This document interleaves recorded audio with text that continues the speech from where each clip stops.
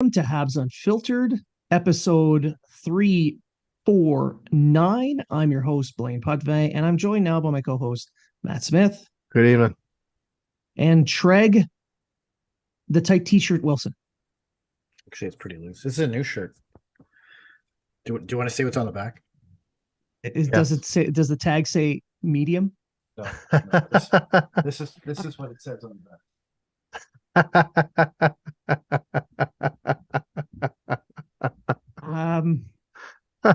Where'd you get that? That's awesome. The guy I work out with, he makes them. Him and his girlfriend make them and sell them. Oh, that's good. That's a spicy t-shirt. Depends on what you ate before. Yeah. For those who are just listening to the show, the t-shirt states lift heavy, eat from behind. Eat donkey.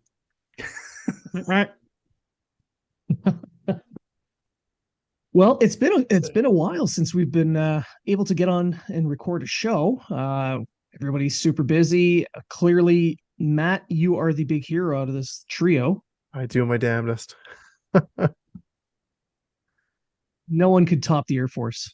Yeah. You guys are way up there. We do our best. So, may as well just get into it. Absolutely. The first round is just about over. And I think I speak for all three of us when I say to the Leaf fans that we're friends with, congratulations on finally seeing a playoff round win. Raise the banner. Start the parade.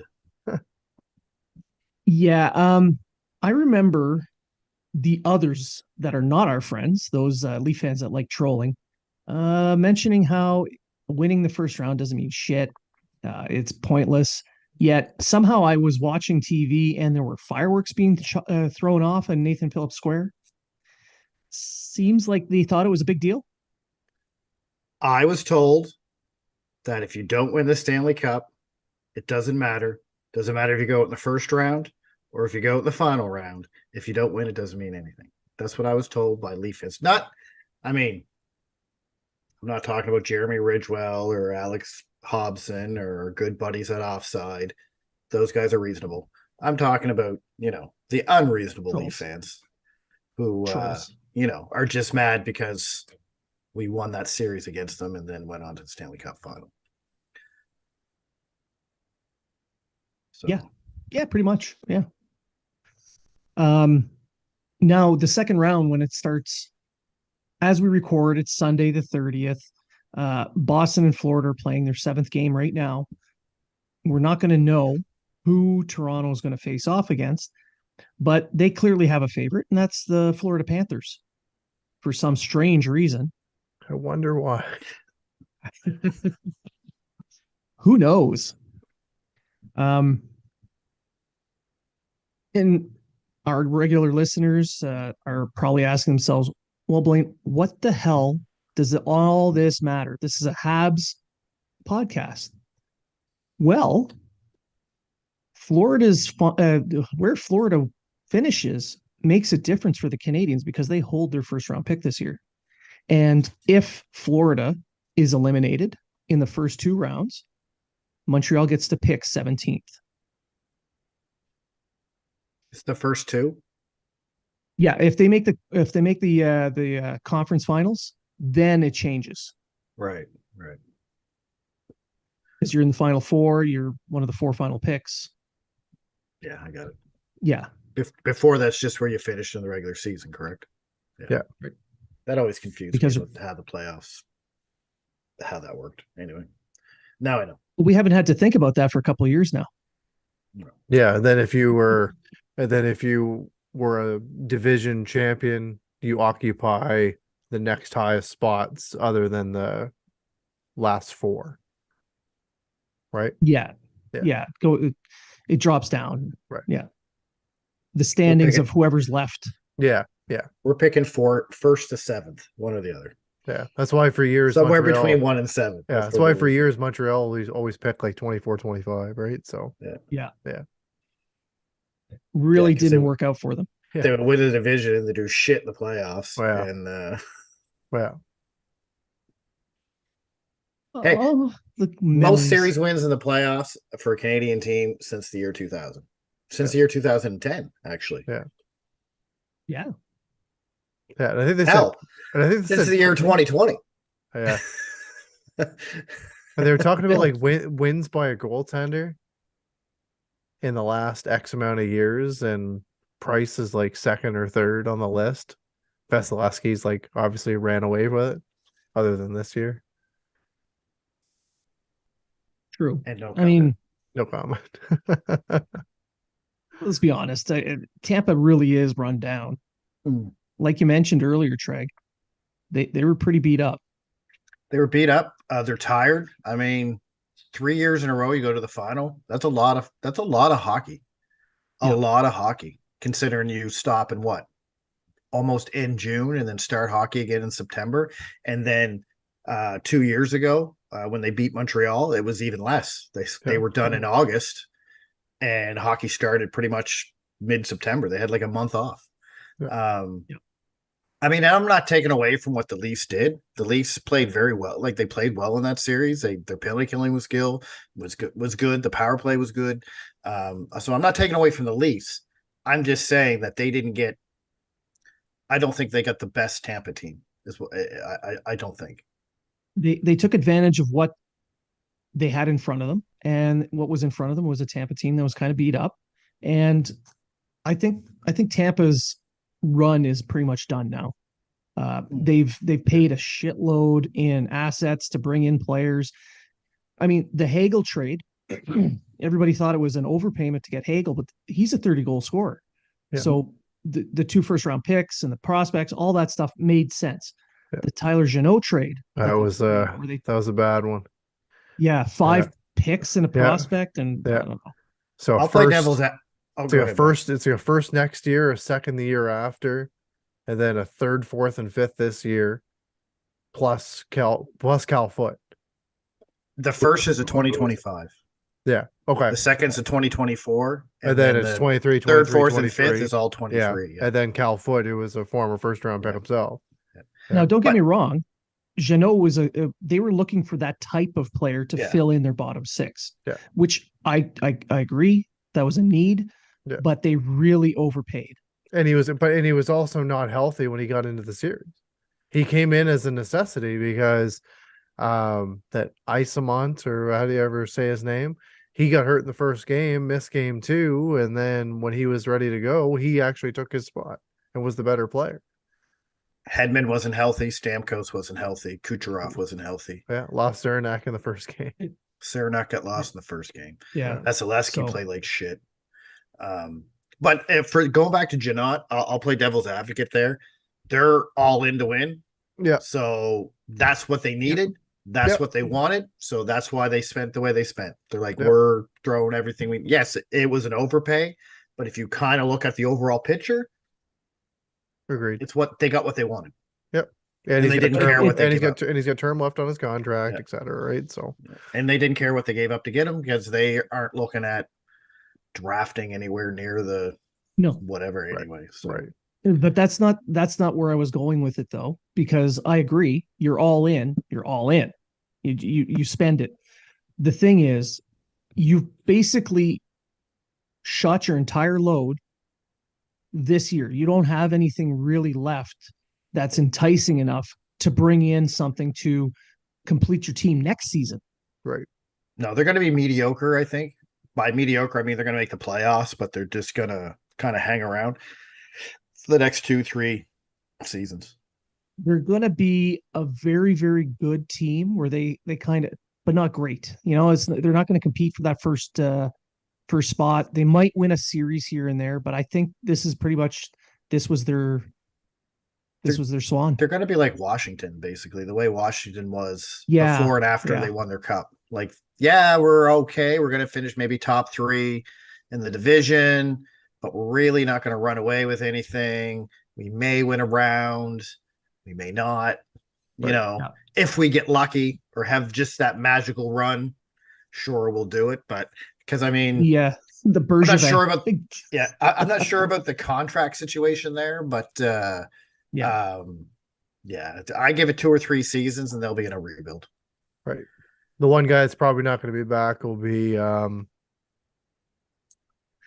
shit. It just slipped off my tongue. I don't know that guy. What Kaloran. position does he play? Kaloran. Yeah, his contract's up this season. Yeah. Yeah, but I don't really think anyone else's is though. No one major anyway. No, everybody Um, else is kind of Everyone else is They're signed all long there. term. yeah. Yeah, yeah. So And Kaloran's going to be looking for a landing spot. Maybe he signs like a super cheap deal just to stay there. I can see that being done.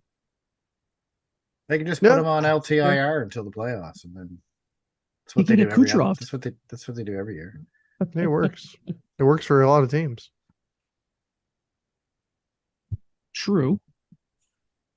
Now moving from that to another kind of touching of the Canadians, to the side a bit. The former GM, Marc Bergevin, is now in the news as apparently the Pittsburgh Penguins are kicking tires on his services. Why not? I mean, love him or hate him, he was one of the winningest GMs Montreal's had since Serge Savard. Mind you, he had the longest term. Don't get me Right. wrong; like he had the years for it, but he won 4 divisions, 2 Eastern Conference Finals, 1 Stanley Cup Final, 400-point seasons. I think if the strike season you averaged it out, I think that would have been a 100-point season if it was a full season. So he has success. I don't think he's very good. He's good at trades. Don't think he's very good at building a contender. I see, and here's the thing with him. I agree. He is very good at trades. He is not that good at building out a development program or uh, leading a draft table. I mean, he's not the one making the final. Well, he was making the final decision, but he's not the head scout or anything. But nonetheless, he is not known for his draft and development plans. He's not known for building out an analytics department or player development department. He's known for making trades. And what Pittsburgh needs right now, if they're going to hire someone like him or him specifically, is someone to take one last run with the core that they have there. So trades are basically the way to go. I think, like I say, he had shit when he took over in 2013. 2013 and 2012. 2012. 2012, at the end of 2012, going And into by 2013. 2014, they were 1 injury away from going to the Stanley Cup Finals. I mean, Yeah. mind you, he had Carey Price, but True. Pittsburgh has Malkin, Letang, and Crosby. And yes, they're getting older, but yes, they're still putting pucks in the net and playing like superstars, especially Sidney Crosby. I thought Sidney Crosby had a great season this year. Oh yeah. So if he can find, and he knows, you know what? He knows how to make a playoff team. He knows the people to put on the team that will be successful in a playoff series. Problem is those players aren't that great in an 82 game series of the regular season. Jonathan Drouin, future Pittsburgh Penguin. Hey, listen, Jonathan Drouin is not a bad secondary scoring player. No, he's not.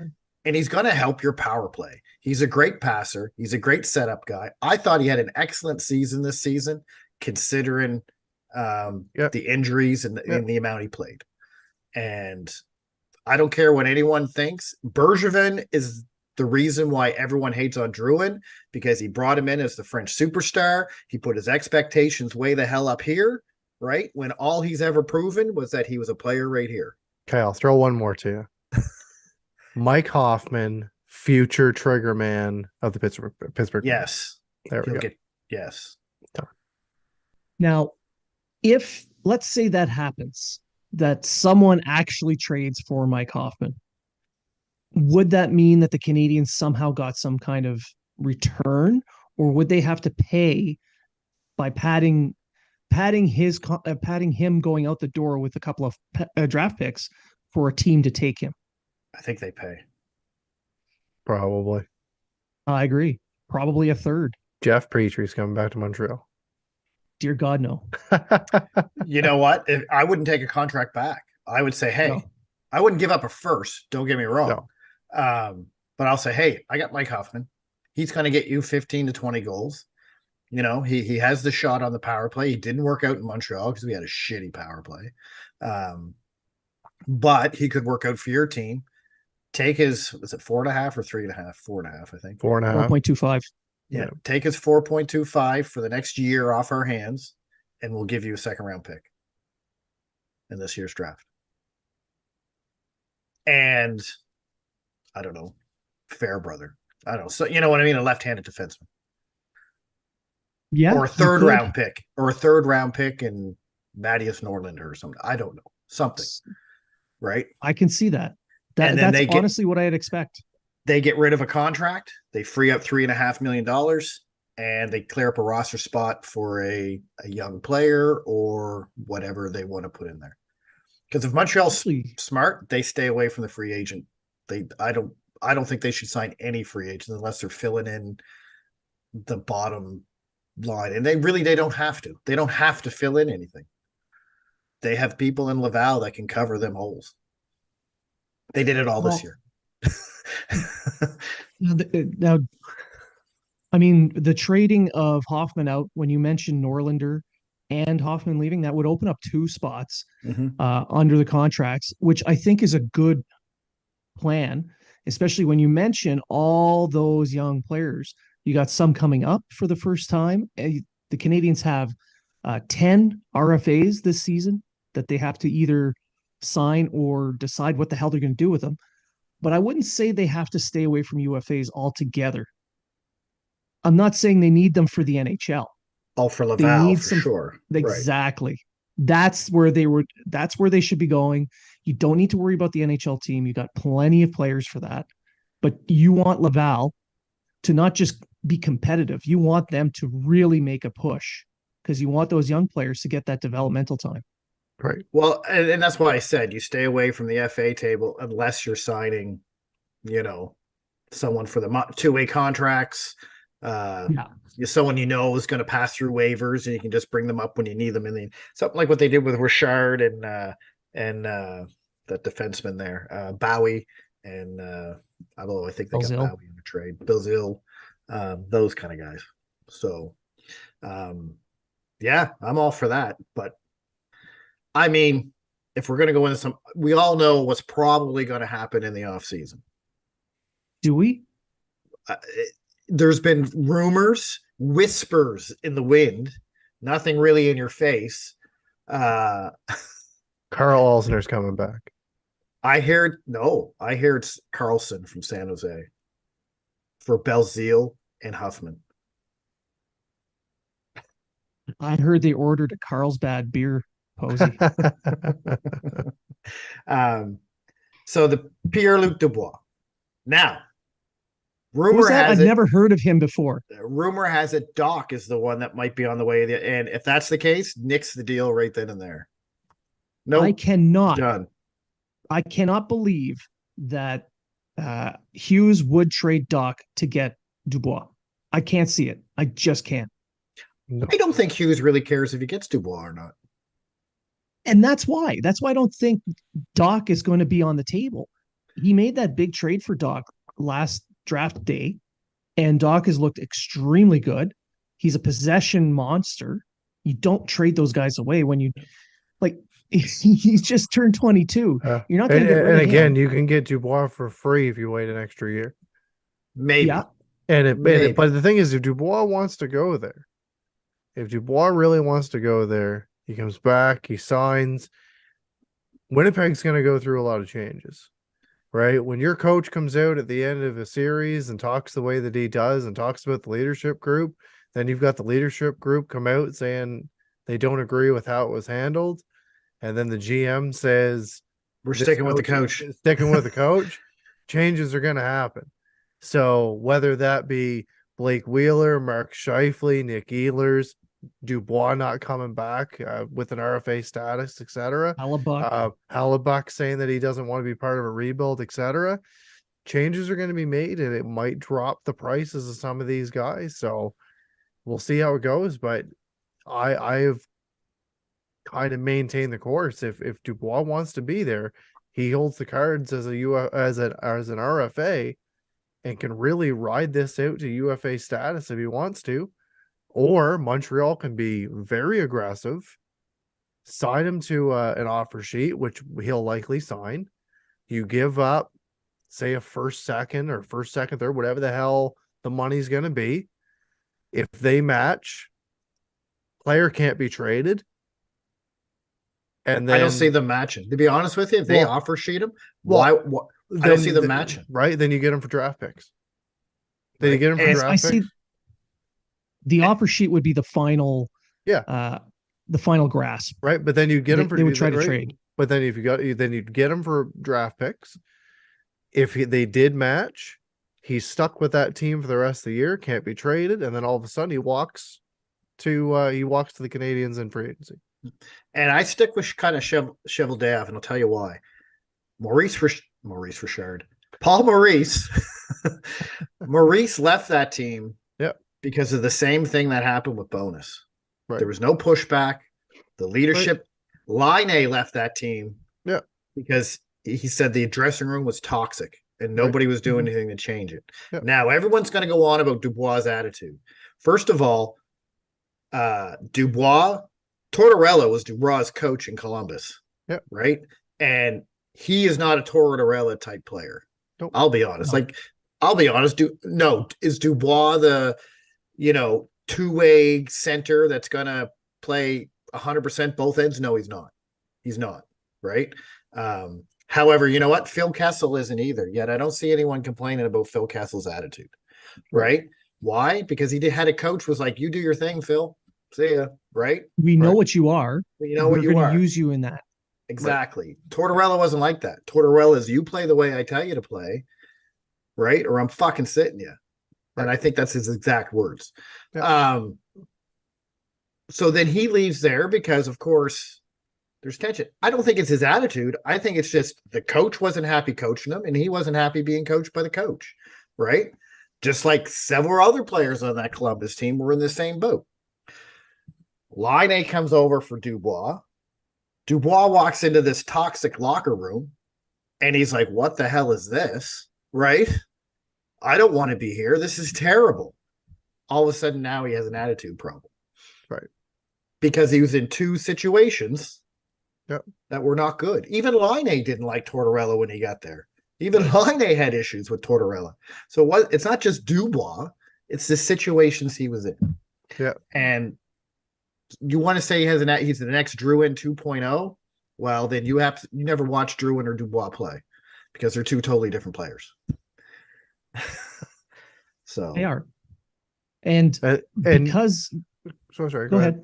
And then going with that kind of the toxicity in the locker room and everything, management group came in and stripped the captaincy from their captain, then went without a captain, and that was Wheeler, who was the first one to speak out about how their head coach handled the post-game interview. I mean, the rumors out of Winnipeg are that Wheeler and Scheifele are the two worst guys in that dressing room, and they run the dressing room. Right. It's basically what they say goes, or get out of the way. Looking at it quickly, Wheeler, Scheifele, Niederreiter, who's not a big deal, but still at a $4 million cap, and Hellebuyck all come up at the same time. That's why this summer is going to be a big summer in Winnipeg, and that's why I think with Dubois, everything going on there, the obvious fact that he wants to go to Montreal makes his value extremely low compared to what it could be. Absolutely. Other teams, other teams might trade to get him for that 1 year, knowing he's only going to stay there 1 year, but they're not giving up 3 first-round picks. No. They'll give you a B prospect and maybe a late first. Yeah, I would not overpay for a player that I know wants to come. Exactly. So I don't see Montreal, and I said this before on our past shows. I don't see Montreal paying a whole lot for him. They don't Ken Hughes is going to say he wants to be here. You literally have 1 year left with him. Yeah. Right. Here's my offer. What I'm take giving it or leave it. Yeah. Take it or leave it. Yeah. You can have our Florida first pick, right? Sure. Or Calgary's pick next year, if it's next year or whenever the stars align for it to happen. Yeah. Or right. Pigeon flies into the moon. And we'll give you one of our B prospect left-handed defensemen, because we got a shit ton of them. And guess what? You guys need a defenseman. So here you go. Take it or leave it. Oh, you know what? We need to get rid of money. Yeah. Which one of these high price do you want Armia back? You know what I mean? Like, yeah. You know, yeah. I don't think they don't need to give up the first and a Harris and an Anderson, which I've said before, right? I'll admit that, but I don't think they need to give up that anymore. Yeah. They can give up one of those. Yeah, and throw Morgan Barrett in too. Guy's tough as shit. We'll take Hellebuck, Dubois, and Barron, and we'll give you Huffman, a first round pick. Hey man, any guy that gets cross-checked into a skate, takes 75 stitches to his face and comes back and finishes the game, he's a tough son of a bitch. I'll take him on my team any day. And he can play with his brother. And he can play with his brother. Exactly. Yeah. So this brings me to the trade package of Ryder, Halak, and a second. Yeah. Yeah. No, but I mean, this is a guy who, this is why you're not going to trade Herbie Doc for someone that is not going to be there very long. Right. And if now, don't get me wrong, if Dubois was someone that wanted to be in Winnipeg, he was ready to sign long term, and then a team showed up to try to take him away, offer them a deal. Different story. His value is very high. He's a first line player. But that value gets knocked down a few pegs because he doesn't want to be there. And he only wants to go to one place, supposedly. Right. Wow. His agent just said Montreal was one of the teams that he would like to play with. That's what he's saying now. And then Dubois said, oh, this has been blown way out of proportion. So why were you at the draft in Montreal thinking you were going to get traded to Montreal at the draft in Montreal? Yeah. Yeah. He looked very, very upset at the end of that first round. He did. Now, you know what? I give or take Dubois. We get him, great. We don't get him. Yeah. I'm not that worried about it. I'm really not, because I think our center position is going to be well, especially depending on who we draft this year. I like Doc playing center. I like Suzuki playing center. And you know what? I don't mind Dvorak as our third center. I really don't. So do you need Dubois? No, I don't think you do. Will he make the team better? Yeah, I think they will. And if you're going to move a contract out, Dvorak is another yeah. Well, you don't need him anymore. If you get Dubois, you don't need, and you're going to play Doc at center, you don't need Dvorak anymore. Although I don't see Dubois or Doc playing top nine. In my opinion, they get Dubois, or if they get Dubois, Doc moves to the wing. Or Dubois moves to the wing. Right, I'd say Doc moves to the wing, and they make that line of Doc, Suzuki, Caulfield all over again. Oh, they got to put Pizzetta on that line so they can have the DDP line, or Pitlick, or someone with a P. I don't care who. Oh yeah. Pacioretty, bring him back just to have the DDP line. He is a free agent. Yeah. Until we find out D's DNA. Hey, it worked with Pacioretty. Yeah, it worked with Pacioretty, yeah. What if they found a kid with the nickname Nuts? D's Nuts. D's Nuts. My sack. Yeah. Yeah. Oh yeah. There we go. Oh no, he got to play with Tuck, so it'd be Tuck my sack. Well, Tuck has one more year at BU. Yeah. So there's that. I'm also glad to hear Lane Hutson's playing another year in college. As he should. Yes. As he should. Yeah.